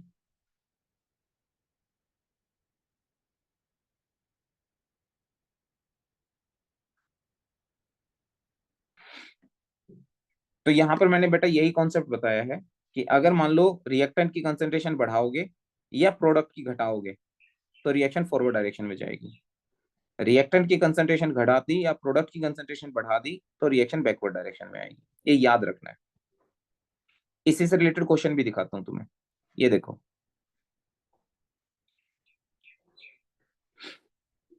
ये देखो एक बारी थर्ड क्वेश्चन देखो, डिस्क्राइब द इफेक्ट ऑफ, ये इससे भी बढ़िया और बताता हूं तुम्हें, ये वाला क्वेश्चन से भी, हाँ इससे भी कर लो, इससे भी ठीक है। बताओ क्या करें बताओ, आपके पास हमने हाइड्रोजन को क्या कर दिया बेटा, ऐड कर दिया, तो हमने किसकी कंसंट्रेशन बढ़ाई है, रिएक्टेंट या प्रोडक्ट की, रिएक्टेंट। रिएक्टेंट की कंसंट्रेशन बढ़ा दी।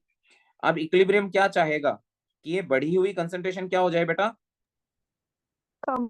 कम, और कम करने के लिए उसे रिएक्शन कौन से डायरेक्शन में लेके जानी पड़ेगी, फॉरवर्ड। फॉरवर्ड। तो पहले का आंसर क्या हो गया, फॉरवर्ड। दूसरे का आंसर बताओ भाई क्या होगा, addition of CH3OH, back. Backward. Removal of CO, Dhiman, तू बता बेटा, लक्ष्य धीमान यस सर। बता, अगर मैं CO गैस को रिमूव करूं तो क्या होगा, CO गैस को रिमूव करोगे, हम्म, इसमें क्या होगा, वही वो पूछा मैंने। केसी चेंज हो जाएगा। कैसे तो चेंज हो जाएगा, डायरेक्शन बता, रिएक्शन की डायरेक्शन क्या होगी, फॉरवर्ड या बैकवर्ड। अच्छा एक minute sir. Reactant, back. Reactant हमने कम कर दिया ना, हम्म। तो रिएक्टेंट कम कर दिया तो इक्विलिब्रियम चाहेगा रिएक्टेंट बढ़ जाए, बिल्कुल। बढ़ाने के लिए रिएक्शन को उसे बैकवर्ड डायरेक्शन में। बैकवर्ड में जाएगा। भव्या तू बता बेटा, CH3OH अगर रिमूव करूंगा तो कौन सी डायरेक्शन में जाएगी रिएक्शन, सर फॉरवर्ड डायरेक्शन में जाएगी रिएक्शन। फॉरवर्ड डायरेक्शन में जाएगी रिएक्शन, सिंपल। Yes sir. ठीक है, एक बारी अटेंडेंस बोल देना कौन कौन प्रेजेंट है, मेरे को यहाँ पे ना नाम दिखाई नहीं दे रहे मेरे को खुद, तो बताना एक बारी कौन कौन है, तो मेरे को दूसरे फोन से ज्वाइन करना पड़ेगा। सर अपने नाम बोलने हैं क्या? हाँ वत्सल है, ठीक है, वत्सल बस मैं एक बारी ज्वाइन ही कर लेता हूँ दूसरे उससे ना, फिर मेरे को वो रहेगा, ठीक रहेगा। ठीक है। बस एक मिनट दे दो। Recording in progress. तो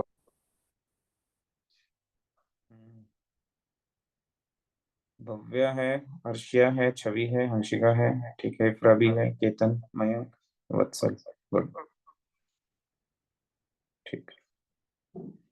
आवाज मेरी वो तो नहीं हो रही बेटा, कुछ नहीं हो रही, सही आ रही है। इको तो नहीं हो रही ना, नहीं सर। ठीक, चलो जी। तो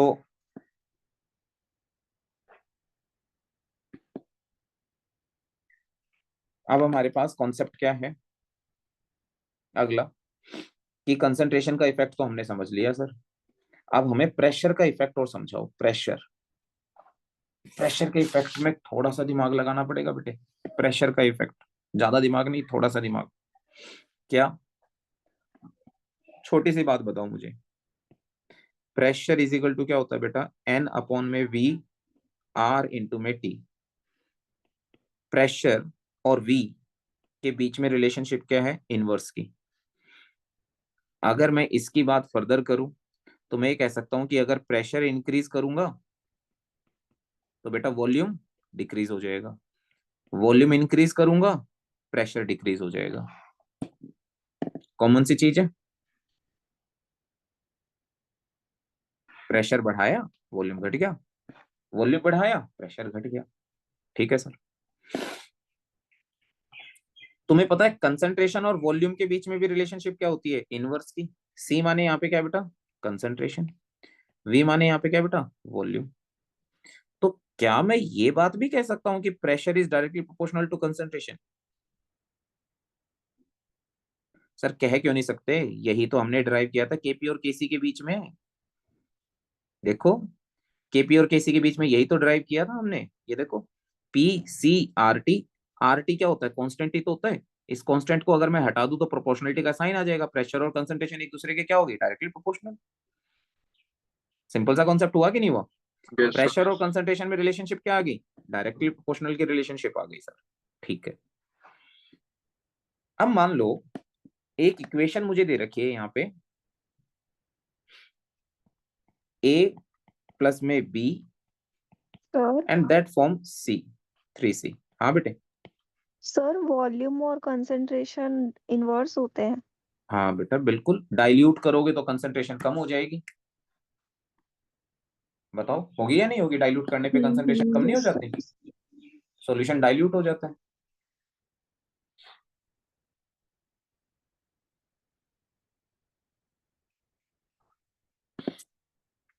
चलो अब देखो बेटा, यहाँ पे इक्वेशन दे रखी है हमें, क्या, A B that form 3C। ठीक है सर। प्यारे बच्चों, यहाँ पर रिएक्टेंट के नंबर ऑफ मोल्स कितने हैं? रिएक्टेंट के नंबर ऑफ मोल्स हैं 2, जो गैसियस रिएक्टेंट है वही देखना है। और प्रोडक्ट के मोल कितने बेटा? 3। ठीक है सर। अब मैं कहता हूं कि मैंने इस इक्वेशन का, जो ये इक्वेशन मुझे गिवन है, ये वाली इक्वेशन, इस इक्वेशन में मैंने प्रेशर को इंक्रीज कर दिया। प्रेशर को क्या कर दिया बेटा? इंक्रीज। मुझे बताओ इक्विलिब्रियम क्या चाहेगा, प्रेशर घटना या बढ़ना?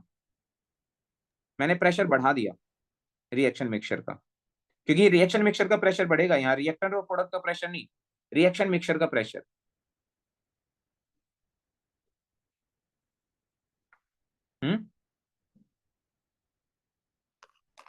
बताओ, अगर मैंने प्रेशर बढ़ा दिया तो इक्विलिब्रियम चाहेगा कि प्रेशर क्या हो जाए? घट जाए।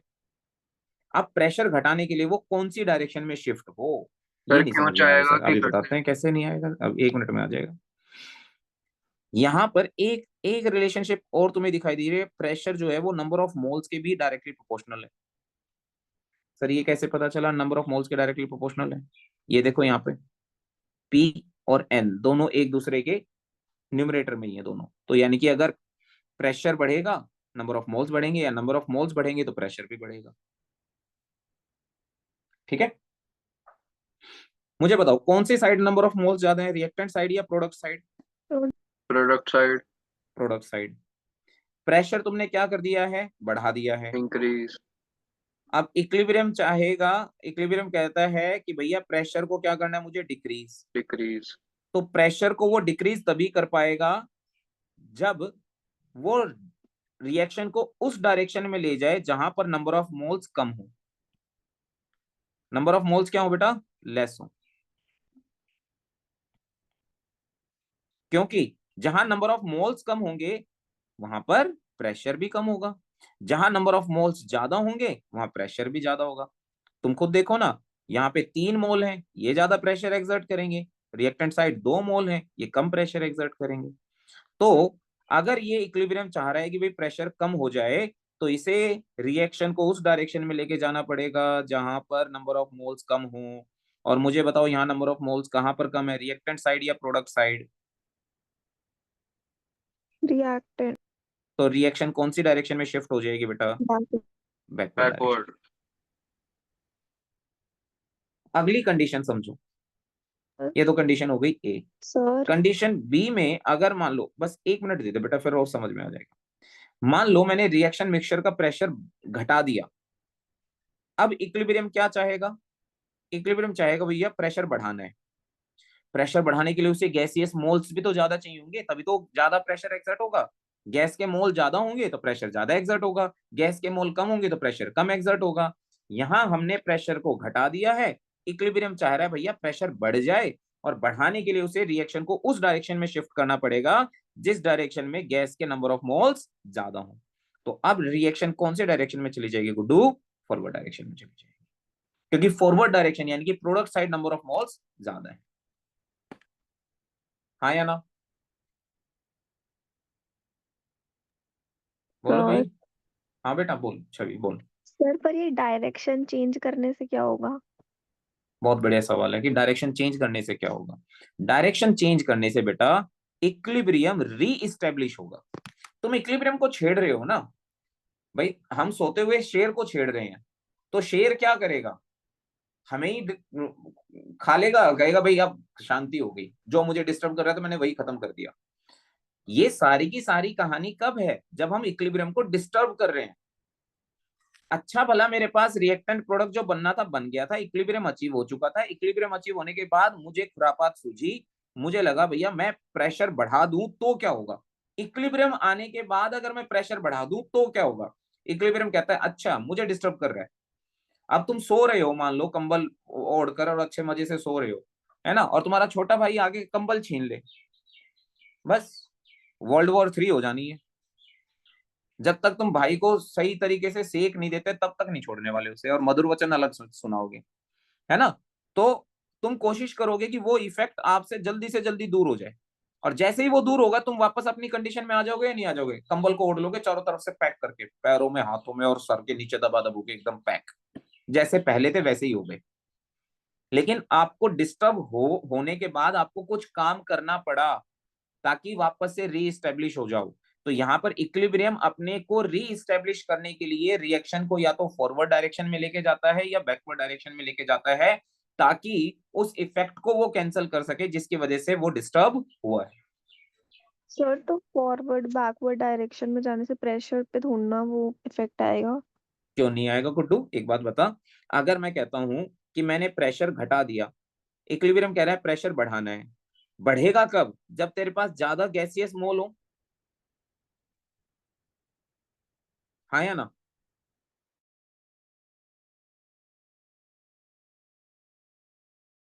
यहाँ पे नंबर ऑफ कर मोल ली। ज्यादा, प्रोडक्ट साइड है नंबर ऑफ मोल्स ज्यादा, तो रिएक्शन को वो फटाक से कहेगा भैया जल्दी से जल्दी ज्यादा से ज्यादा रिएक्टेंट प्रोडक्ट में कन्वर्ट हो जाओ, ताकि वापस से उतना ही प्रेशर हो जाए जितना इक्विलिब्रियम पर था। नहीं आ रही बात छवि समझ में? सर मैं पूछ रही हूँ कि हमने हम्म प्रेशर जो चेंज किया है वो हम्म हमने प्रोडक्ट साइड करा है रिएक्टेंट? बहुत बढ़िया सवाल पूछा है बेटा।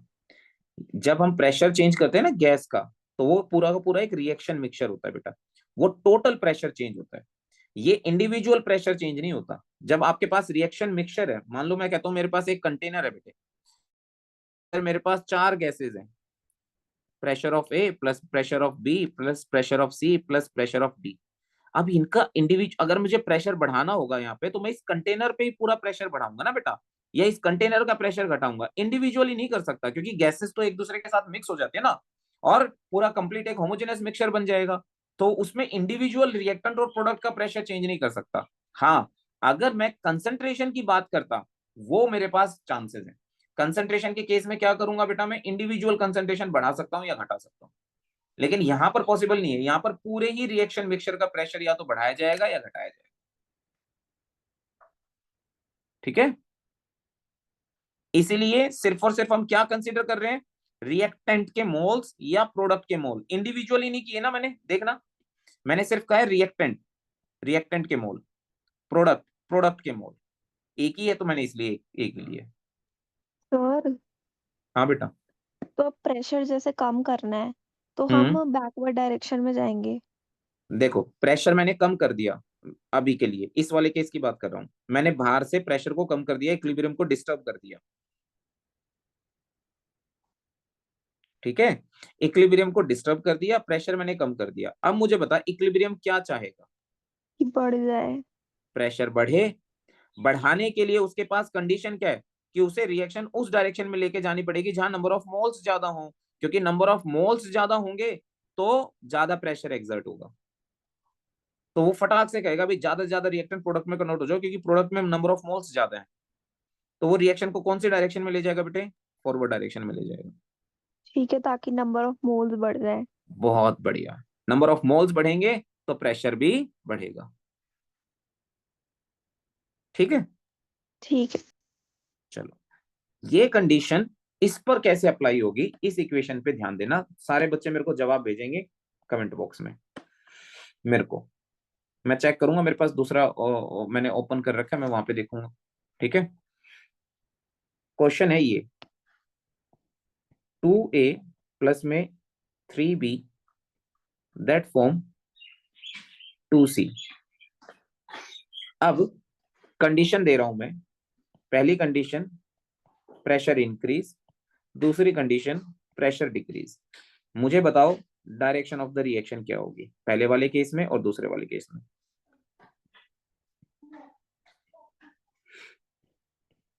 मुझे कमेंट मैसेज करो, व्हाट्सएप कर रहा हूँ या इसमें ही, जूम में ही कर दो, मुझे ही भेज पाओगे और किसी को नहीं भेज पाओगे मैसेज, जल्दी से भेज दो।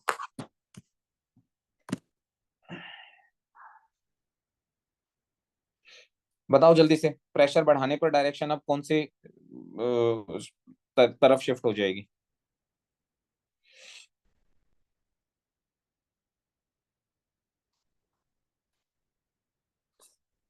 बताओ भाई। सर भेज दिया मैंने तो।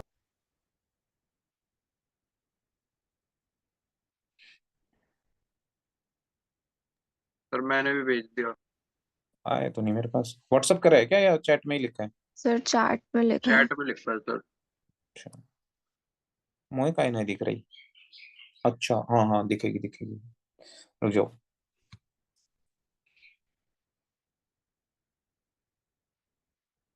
आ तो गया मैसेज। ठीक है, गुड भव्या।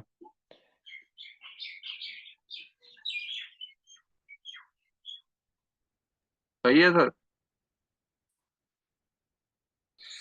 हाँ, हर्ष का भी आ गया मैसेज। पहली फॉरवर्ड दूसरी बैकवर्ड, ठीक है ना? तो मेरे ख्याल में चीजें समझ में आ रही होंगी, ये वाला कॉन्सेप्ट क्लियर हो गया होगा। ठीक है। सर हाँ बेटे। जब प्रेशर इंक्रीज करते हैं हाँ, तब जहाँ पे मोल ज्यादा होते हैं उस तरफ जाता है ना रिएक्शन तो। नहीं गुड्डू ध्यान से सुन, बहुत ध्यान से सुनिए इस बात को। तूने प्रेशर इंक्रीज किया, हाँ इक्विलिब्रियम क्या चाहेगा? इक्विलिब्रियम की बात हो रही है। इक्विलिब्रियम क्या चाहेगा? कि प्रेशर घट जाए, बिल्कुल सर। और प्रेशर घटेगा उसी डायरेक्शन में जहां पे नंबर ऑफ मोल्स कम होंगे। तो तू बता नंबर ऑफ मोल्स कम किस डायरेक्शन में है? किधर है? प्रोडक्ट साइड की रिएक्टेंट साइड? Product side. तो रिएक्शन कौन सी डायरेक्शन में जाएगी? फॉरवर्ड डायरेक्शन में जाएगी। अब तूने क्या किया?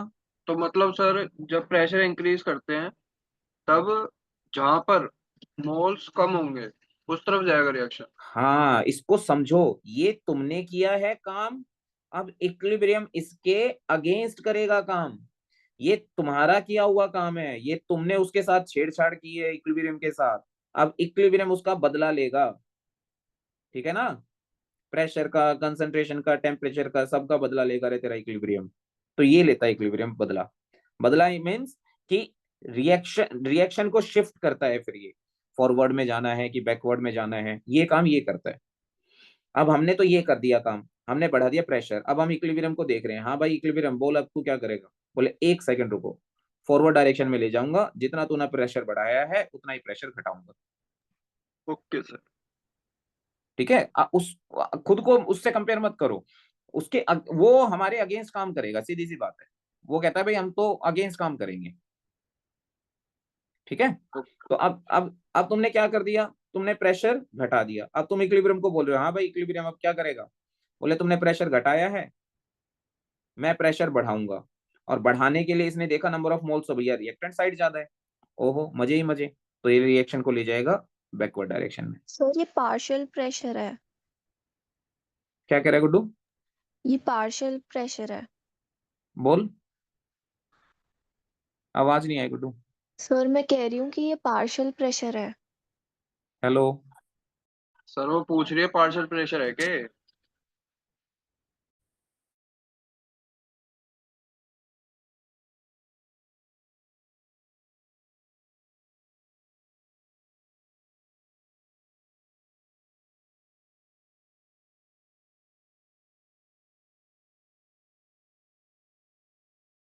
Hello sir.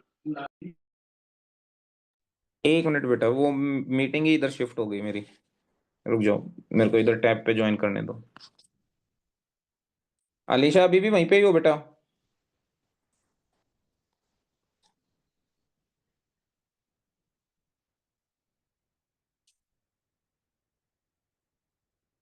Recording in progress. ठीक है बेटा। हाँ बताओ क्या कह रहे थे? हाँ बताओ क्या कह रहे थे? सर मैं कह रही थी कि ये पार्शियल प्रेशर है क्या? ये वाला, ये यस सर। ना बेटू ना, ये टोटल रिएक्शन मिक्सचर का प्रेशर है। टोटल रिएक्शन मिक्सचर पे मैं प्रेशर एक्सर्ट कर रहा हूँ, बढ़ा रहा हूँ, या टोटल रिएक्शन मिक्सचर का प्रेशर बढ़ा रहा हूँ, दोनों में से एक काम हो रहा है। ठीक है, इंडिविजुअल नहीं है ये, इंडिविजुअल पार्शियल प्रेशर नहीं है बेटा, इंडिविजुअल प्रेशर नहीं है रिएक्टेंट का और प्रोडक्ट का। ठीक है ना? बस आपको प्रेशर से मतलब है, प्रेशर बढ़ रहा है इसका मतलब पूरे रिएक्शन मिक्सचर का प्रेशर बढ़ रहा है।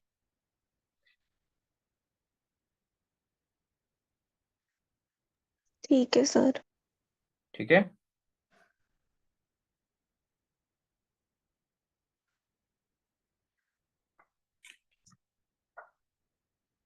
चलो, तो अब इससे रिलेटेड क्वेश्चन देख लो जरा एक बारी, अगर ये कॉन्सेप्ट समझ में आ गया तो।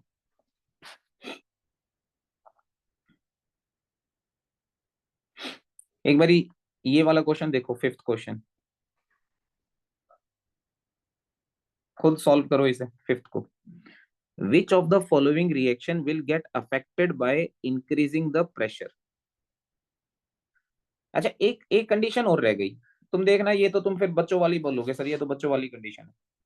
मान लो कोई इक्वेशन ऐसी है, ए से क्या बन रहा है, बी, रिएक्टेंट के और प्रोडक्ट के नंबर ऑफ मोल्स क्या है, इक्वल है।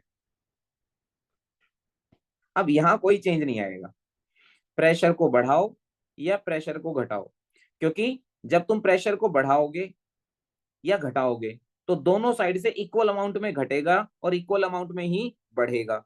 रेशियो क्या रहेगी, सेम रहेगी। राशन लिख दिया, रेशियो क्या रहेगी, सेम रहेगी, कोई इंपैक्ट नहीं होगा, है ना। तो इसका मतलब यहां पर नो चेंज, जहां पर number of moles of gaseous product और गैसियस रिएक्टेंट इक्वल आ गए, वहां पे कोई चेंज ही नहीं आएगा जी। ठीक है, चलो अब बताओ आंसर दो इस क्वेश्चन का। फिफ्थ क्वेश्चन करो और बताओ मुझे किसका प्रेशर बढ़ेगा और किसका प्रेशर घटेगा फिफ्थ क्वेश्चन में। मतलब रिएक्शन कौन सी डायरेक्शन में शिफ्ट होगी, फॉरवर्ड डायरेक्शन में या बैकवर्ड डायरेक्शन में। काम क्या किया है ये याद रखना, हमने प्रेशर को इंक्रीज किया है, ये मेन मुद्दा है यहाँ पे, कि यहाँ पे प्रेशर को क्या किया जा रहा है, इंक्रीज। तो इक्विलिब्रियम क्या करेगा बेटा, डिक्रीज करेगा। डिक्रीज करेगा, और डिक्रीज करने के लिए उसे रिएक्शन को कौन सी डायरेक्शन में लेके जाना पड़ेगा, जहां नंबर ऑफ मोल्स ज्यादा हो या कम हो, कम। कम हो। बहुत बढ़िया। और सॉलिड को तो देखना ही नहीं है तुमने, सॉलिड तो प्रेशर एक्सर्ट नहीं करता, सॉलिड को लेना ही नहीं है ना, लिक्विड को देखना है। तो यहाँ पे सिर्फ और सिर्फ किसके मोल्स कंसीडर करने हैं, गैस के मोल कंसीडर करने हैं, याद रखना। ठीक है, चलो फटाफट से आंसर बताओ, जल्दी से बताओ बेटे।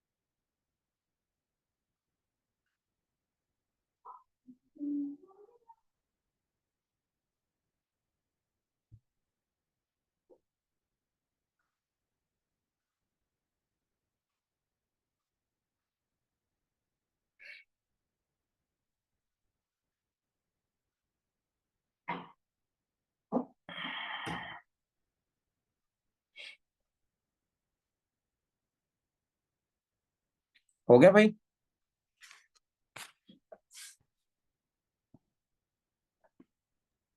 पहले यस वाले सर। केस में बैकवर्ड डायरेक्शन में जाना है ना, यानी कि प्रेशर को घटाना है, तो आपको रिएक्शन बैकवर्ड डायरेक्शन में लेके जानी पड़ेगी, यानी कि इस वाले केस में रिएक्शन क्या हो जाएगी बेटा, बैकवर्ड। बैकवर्ड। दूसरे वाले केस में देखो, नंबर ऑफ मोल्स देख लो, यहाँ पे कितने हैं, 3, और यहाँ पे भी कितने हैं, 3, है ना। जब नंबर ऑफ मोल्स बराबर हैं, नो चेंज। No change. फिर अगले वाले केस में यहाँ पे 1 है, यहाँ पे 2 है, और तुम्हें तो घटानी है, तो उस डायरेक्शन में जाओगे जहां नंबर ऑफ मोल्स कम है, तो बैकवर्ड डायरेक्शन। बैकवर्ड।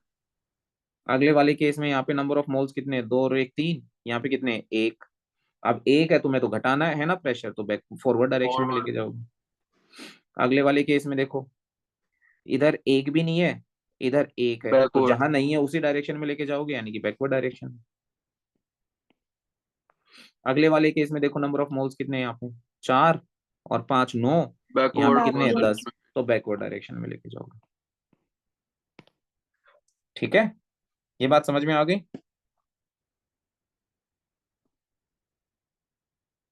तो एक बारी इसको ट्राई कर लेना बेटा, जितना अभी मैंने पढ़ाया है इनको अच्छे से रिवाइज कर लेना, ठीक है। आज के लिए इतना ही रखते हैं क्लास के लिए, क्योंकि कुछ बच्चे 11 बजे से पढ़ रहे हैं, तो थोड़ा रेस्ट भी मिल जाएगा, ठीक है।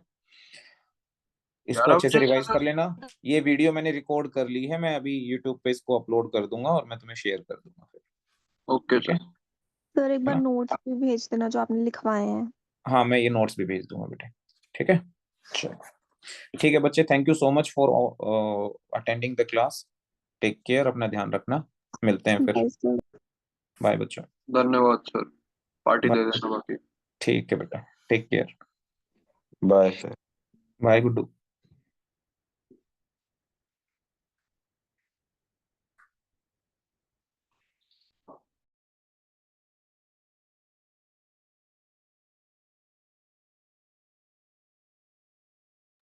हार्दिक, केतन, प्रतिभा, बेटा जा सकते हो, क्लास हो चुकी है ओवर।